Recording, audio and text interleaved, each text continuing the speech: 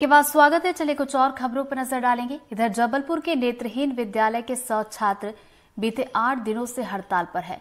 आज से छात्रों ने भूख हड़ताल भी शुरू कर दी है। उनकी छोटी सी मांग है जो उनकी पढ़ाई और रहने से जुड़ी हुई है। छात्र बीते 5 सालों से इन मांगों को पूरा होने का इंतजार कर रहे हैं। छात्रों को हर बार सिर्फ आश्वासन ही मिलता रहा है। भूख हड़ताल की खबर मिलते ही प्रशासन एक बार फिर से इन छात्रों के पास पहुंचा और फिर आश्वासन देकर चला गया, लेकिन इस बार छात्र मानने को तैयार नहीं है। देखिए एनडीटीवी संवाददाता संजीव चौधरी की एक खास रिपोर्ट।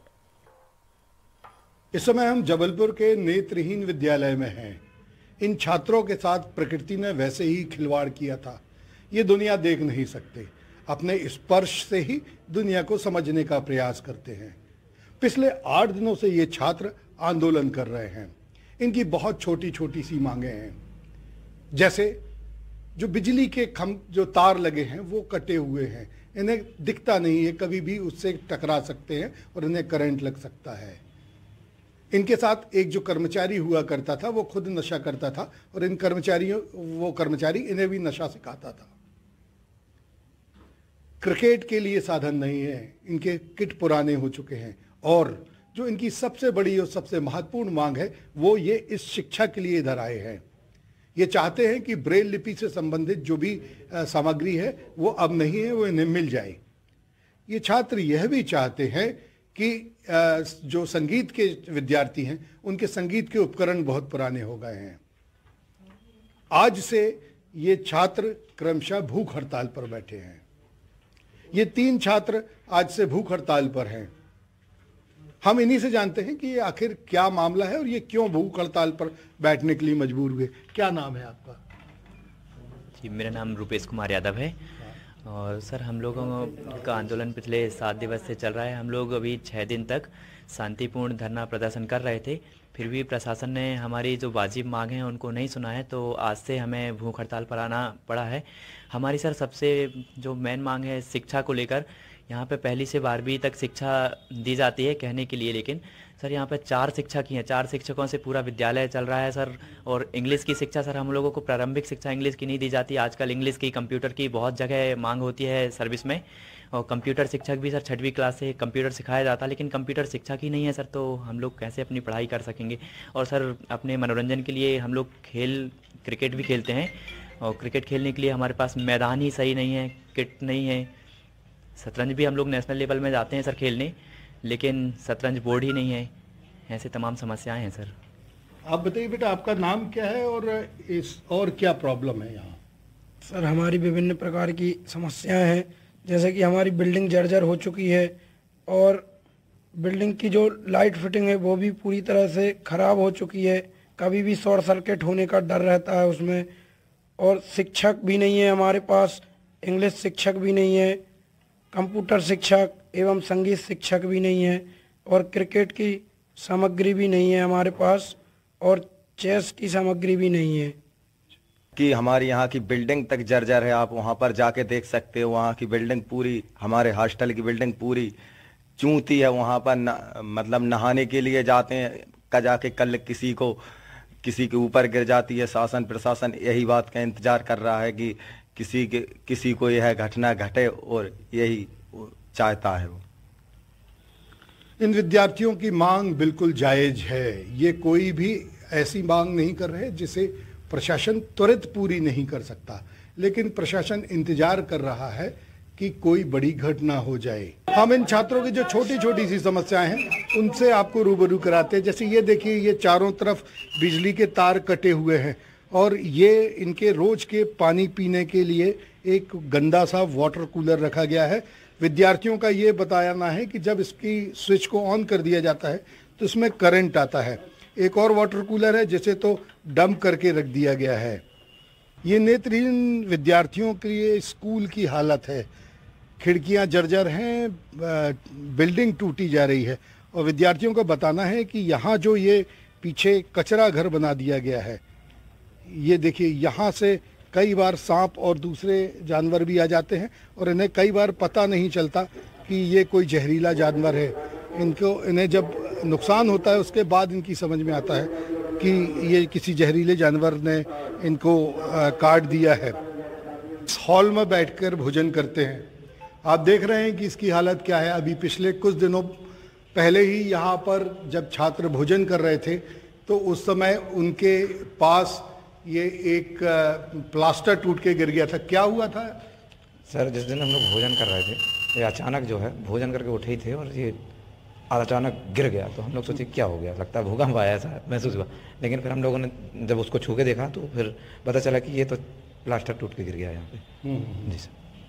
और इस तरह का और भी कहीं कहीं पे आप बता रहे थे कि बिल्डिंग जर्जर है? सर ऊपर जो रूम है जहाँ आवासीय कक्ष है, वहाँ पे एक समय sir room number 22 and room number 23 एक बार क्या हुआ था कि अभी 4-5 साल के पहले की बात है ये तो, वहाँ पे सर ये बिल्डिंग इतनी जर्जर है कि वो प्लास्टर टूट टूट के ऑटोमेटिक गिरते हैं, पता नहीं क्यों ऐसा हो रहा है। और अगर इसको 1-2 बार मतलब कभी 2014-15 में रेनोवेशन किया गया तो उस हिसाब से गुणवत्तापूर्ण नहीं किया गया जिस हिसाब से करना चाहिए था।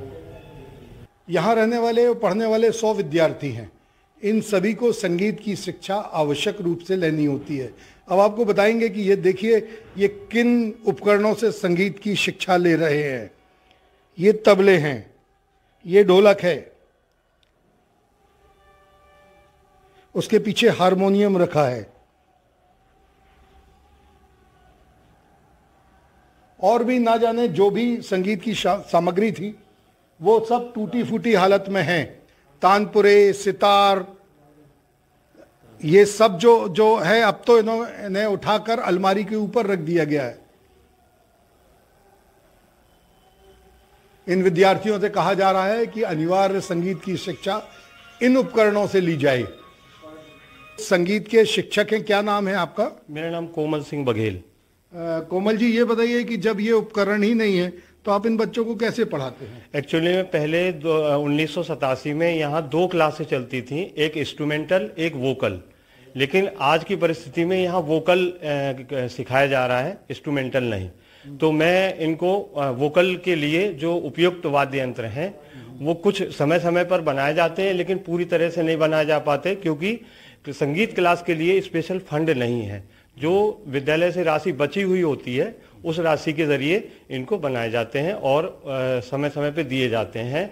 लेकिन कुछ इंस्ट्रूमेंट बच्चों को दिए गए हैं, हारमोनियम जैसी वाद्य यंत्र। ये बताइए, जब ये अनिवार्य शिक्षा है तो इसका पेपर भी होता होगा, तो जब ये बजाते ही नहीं है तो इनकी परीक्षा कैसे होती है और इन्हें अंक कैसे मिलते हैं? जी हाँ, मैंने बताया जैसे कि पूर्व में कि वोकल मीन्स होता है गायन। यस। गायन को इनको सिखाया जाता है। इनके सिलेबस होते हैं राग ताल से संबंधित, और बजाने के लिए इनको अगर किसी की रुचि होती है तो उसको इंस्ट्रूमेंट भी सिखाया जाता है। लेकिन यहाँ अक्सर लोग बच्चे गायन लेते हैं, तो यहाँ गायन की शिक्षा दी जा रही है। अब चूंकि वादन का कोई साधन ही उपलब्ध नहीं है, इसीलिए अब विद्यार्थियों ने गायन पे अपना ध्यान केंद्रित किया है। बहुत बुरे हाल है इन विद्यार्थियों के लिए जो यहाँ पर इंस्ट्रूमेंट या वाद्य यंत्रों से संगीत सीखना चाहते हैं। विद्यालय में ब्रेल की जो किताबें होती हैं जो खरीदी जाती हैं वो तो ढेर सारी खरीद ली गई हैं। अब क्यों खरीद ली गई हैं इसके पीछे तो बहुत सारे कारण होते हैं, लेकिन खरीद कर इन्हें इस तरह से रखा गया है। लेकिन इन विद्यार्थियों का कहना है कि इन किताब को पढ़ने के बाद ब्रेल से जो लिखना होता है, जो स्लेट होती है, जो पिन और स्लेट से लिखते हैं, ये आंसर लिखते हैं, वो उपलब्ध नहीं है, जो बहुत छोटी सी चीज है, आसानी से मिल सकती है। क्या प्रॉब्लम है स्लेट का? सर जैसे आपने किताब देखी है, किताब जैसे आप लोग किताब पढ़ते तो हैं, लेकिन उसका आंसर लिखने के लिए, किसी क्वेश्चन का आंसर लिखने के लिए आपको कॉपी और पेन की आवश्यकता होती है। इसी प्रकार हमें स्लेट और कलम की आवश्यकता होती है, तो वो स्लेटों की हम मांग कर रहे हैं। आजकल टेक्निकल आ गया है, तो जैसे ब्रेल में होती है उसको ब्रेल से इंक में प्रिंट करना और प्रिंट से इंक में ब्रेल में प्रिंट करना, ये दोनों काम ब्रेल में और ऑर्बिट रीडर करते हैं। तो हमने ब्रेल स्लेट की मांग की है, ऑर्बिट रीडर की मांग की है, ब्रेलर की मांग की है, ब्रेल प्रिंटर की मांग की है। ब्रेल प्रिंटर भी इसी तरह कार्य करता है, जैसे ये बुक छपती हैं ब्रेल प्रिंटर के माध्यम से छपती हैं। तो इस प्रकार की हमारी छोटी छोटी समस्याएं हैं।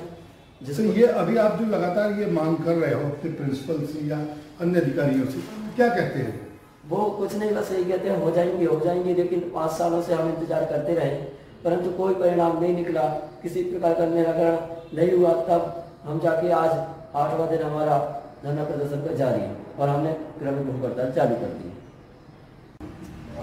नेत्रहीन विद्यालय का एक ये भी बहुत महत्वपूर्ण उपकरण है, क्योंकि ये घंटा है, इससे इनके उठने का, सोने का और कक्षाओं का समय निर्धारित होता है। इसकी स्थिति भी आप देख सकते हैं कि इस घंटे की क्या स्थिति हो गई है।